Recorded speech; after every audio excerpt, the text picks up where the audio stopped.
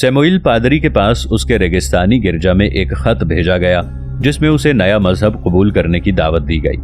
یہ خط ایک فوجی افسر لے کر گیا تھا جس کے ساتھ 100 سپاہی بھی تھے۔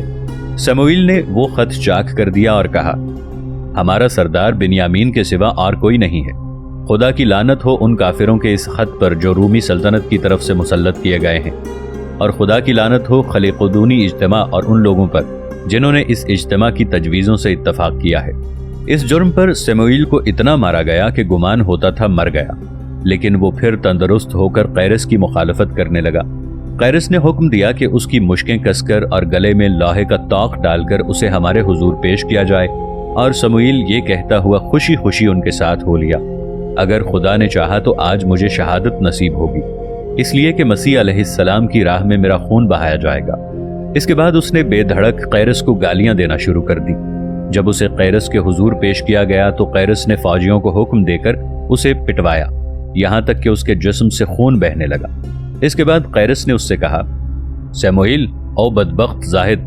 تجھے گرجا کا رئیس کس نے بنایا ہے، اور یہ حکم کس نے دیا ہے کہ تو راہبوں کو مجھے برا بھلا کہنے اور میرے مذہب میں کیڑے ڈالنے کا سبق سکھائے؟ سیموئیل نے جواب دیا، نیکی اللہ اور اس کے ولی بطریق بنیامین کی اطاعت میں ہے، نہ کہ اے ابلیس کی اولاد، اور اے بے ایمان دجال، تیری اور تیرے شیطانی مذہب کی اطاعت میں۔ قیرس نے حکم دیا کہ سیموئیل کے منہ پر مکے مارے جائیں اور اس سے کہا، سیموئیل تجھے یہ غلط فہمی ہے کہ تیرے راہب تجھے محترم سمجھیں گے اور تیری پاک دامنی کے گن گائیں گے، اس لیے تجھ میں اتنی جرت پیدا ہوئی ہے، لیکن میں تجھے بتاؤں گا کہ بڑے آدمیوں کو گالیاں دینے کا نتیجہ کیا ہوتا ہے۔ اس وقت تیرا دل تجھ سے سوال کرے گا کہ تو نے سرزمین مصر کے حاکموں اور مذہبی پیشواؤں کا احترام کیوں نہیں کیا؟ پادری نے جواب دیا، ابلیس بھی پہلے ملائکہ کا سردار تھا، لیکن اس کے تکبر و طغیان نے اسے اللہ کا حکم ماننے سے روک دیا، اور یہی حال تیرا ہے۔ اے خلقیدونی مکار، تیرا مذہب مذموم ہے اور تو شیطان اور اس کے لشکر سے بھی زیادہ لعنت کا مستحق ہے۔ قیرس سمیوئیل کے اس جواب سے بھڑک اٹھا اور اس نے فوج کو اس کے قتل کا اشارہ کیا، لیکن فیوم کے حاکم نے اس کی جان بخشی کرا دی اور اسے سرزمین مصر سے نکال باہر کرنے کا حکم دیا گیا۔ بنیامین کے بھائی اور سمیوئیل کی یہ سزائیں دو آئینے ہیں جن میں قیرس کی سفاکیوں کی جھلک دیکھی جا سکتی ہے۔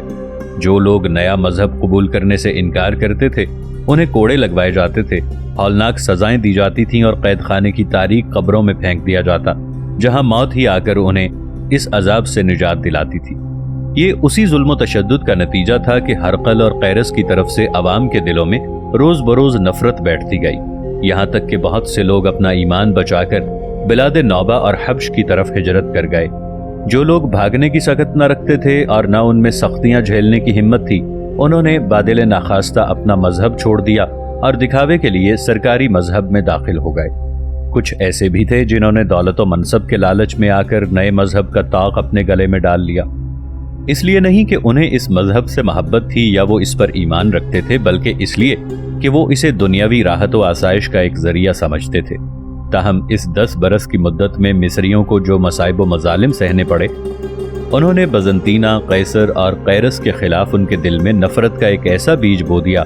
جو ان کی فضائے حیات پر چھا گیا اور خون کے ساتھ ان کی رگوں میں دوڑتا رہا۔ کیا یہ محض مذہبی تعصب ہی تھا جس نے مصری قوم کو نئے مذہب سے اس درجہ بیزار و متنفر کر دیا تھا اور وہ اس کے خلاف اتنی شدید جنگ لڑنے پر آمادہ ہو گئے تھے؟ جو کوئی اس سوال کا جواب اثبات میں دیتا ہے وہ غلطی نہیں کرتا، اس لیے کہ مصریوں میں مذہبی احساس اتنا رچ بس گیا تھا کہ ان کے قومی مزاج کا ایک جزو بن گیا تھا۔ فرائنہ کے عہد میں بھی مصریوں کا یہی حال تھا اور اس کے بعد بھی صدیوں تک ان کی یہی کیفیت رہی۔ غالباً یہ مذہبی شغف نتیجہ تھا عقیدے کی اس سادگی کا جو مختلف مذاہب قبول کرنے کے باوجود مصریوں میں قائم رہی۔ مصری قدیم ترین زمانے سے موحد تھے، لیکن اپنی توحید پرستی کے باوس ان کا خیال یہ تھا کہ خدائے خالق و منعم اتنا بلند ہے کہ صفائے قلب کے ہوتے ہوئے بھی انسان اس کی ذات تک نہیں پہنچ سکتا، اس لیے اس کی رضا جوئی اور ہمیشہ اس کا تقرب تلاش کرتے رہنا انسان کا فرض ہے۔ لیکن یہ مذہبی احساس ہی وہ تنہا سبب نہ تھا جس نے مصریوں کو اس طویل دور تشدد میں اپنے مذہب کے لیے ثابت قدم رکھا۔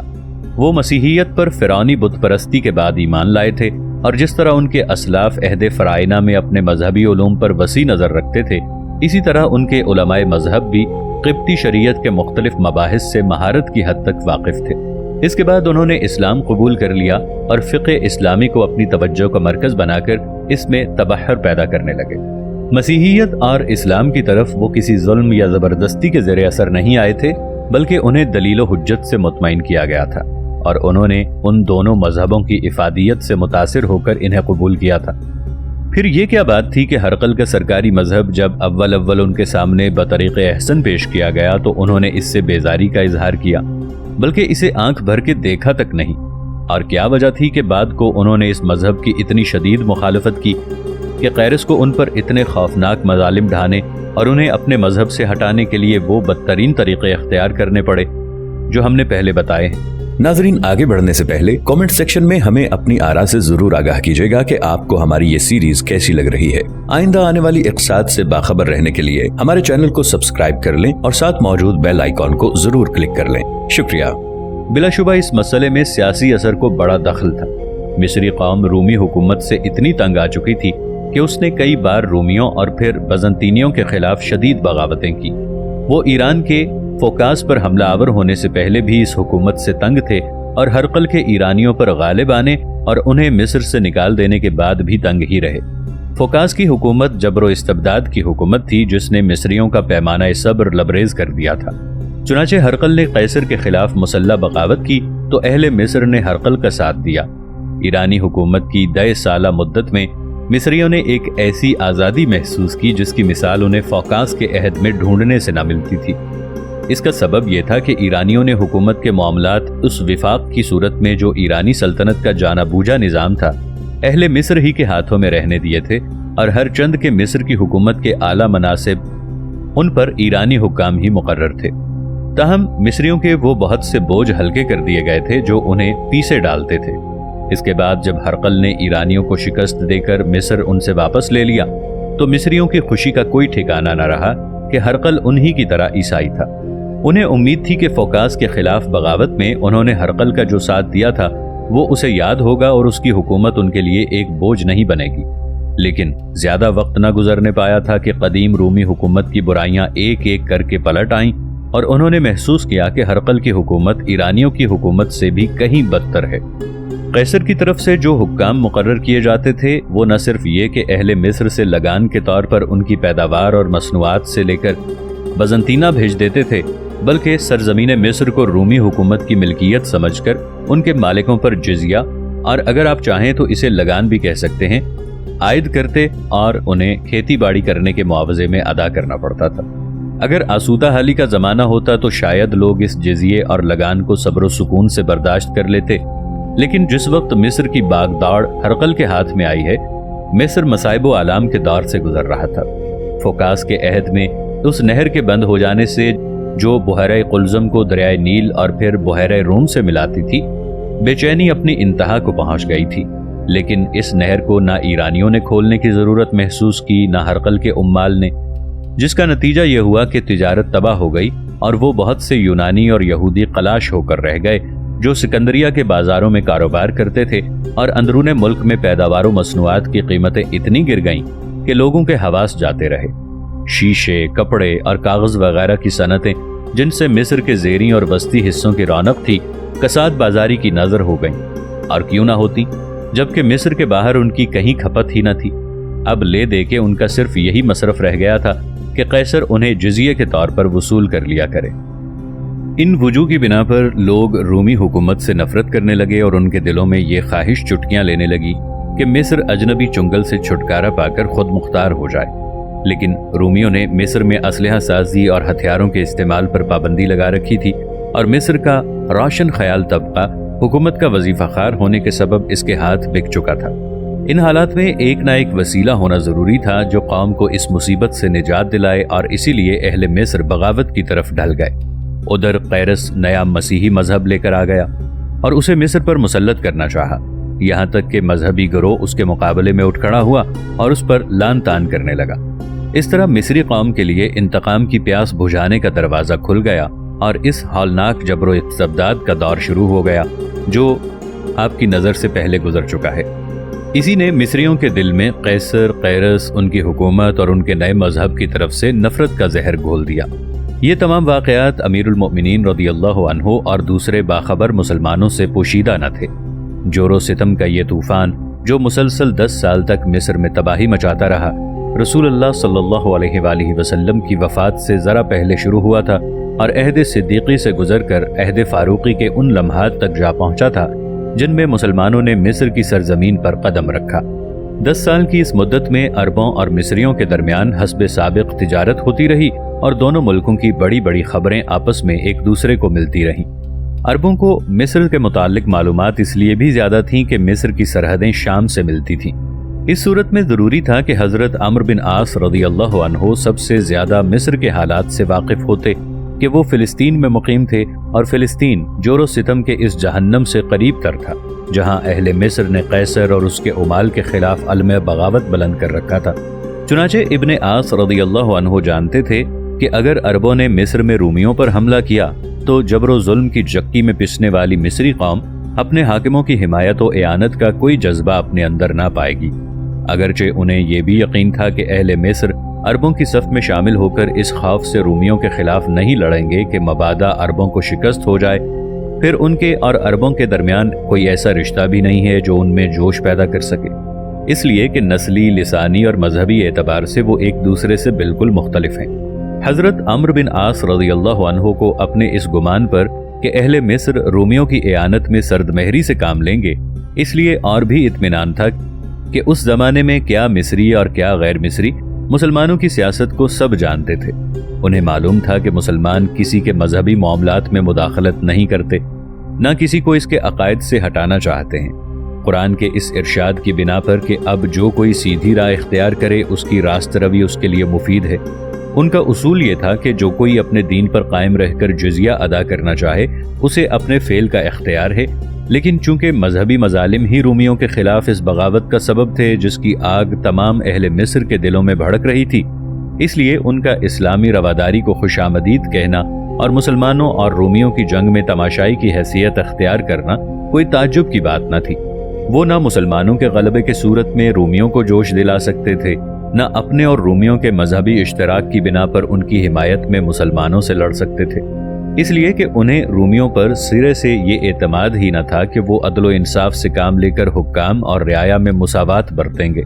حضرت عمر رضی اللہ عنہ طاعون امواس کے بعد جب شام تشریف لے گئے تو جابیہ کے مقام پر ابن عاص رضی اللہ عنہ نے ان کی خدمت میں حاضر ہوئے اور امیر المؤمنین رضی اللہ عنہ کے ساتھ فلسطین اور شام کے مختلف علاقوں کا دورہ کیا۔ اثناء سفر میں انہوں نے پھر فتح مصر کا قصہ چھیڑا اور پچھلی دلیلیں دہرانے کے بعد اپنی رائے کی تائید میں کچھ نئی دلیلیں بھی پیش کی، یہاں تک کہ حضرت عمر رضی اللہ عنہ ان سے متفق ہو گئے، لیکن ساتھ ہی یہ کہہ کر انہوں نے کچھ دن کے لیے انہیں روک دیا کہ مدینہ جا کر وہ اس کے متعلق حکم دیں گے۔ حضرت عمر رضی اللہ عنہ نے ابن عاص رضی اللہ عنہ کی رائے سے اس لیے اور بھی اتفاق کیا کہ وہ ان کی جنگی مہارت اور سیاسی بصیرت سے واقف تھے۔ انہیں معلوم تھا کہ اگر ابن عاص رضی اللہ عنہ مصر کی مہم پر روانہ ہوئے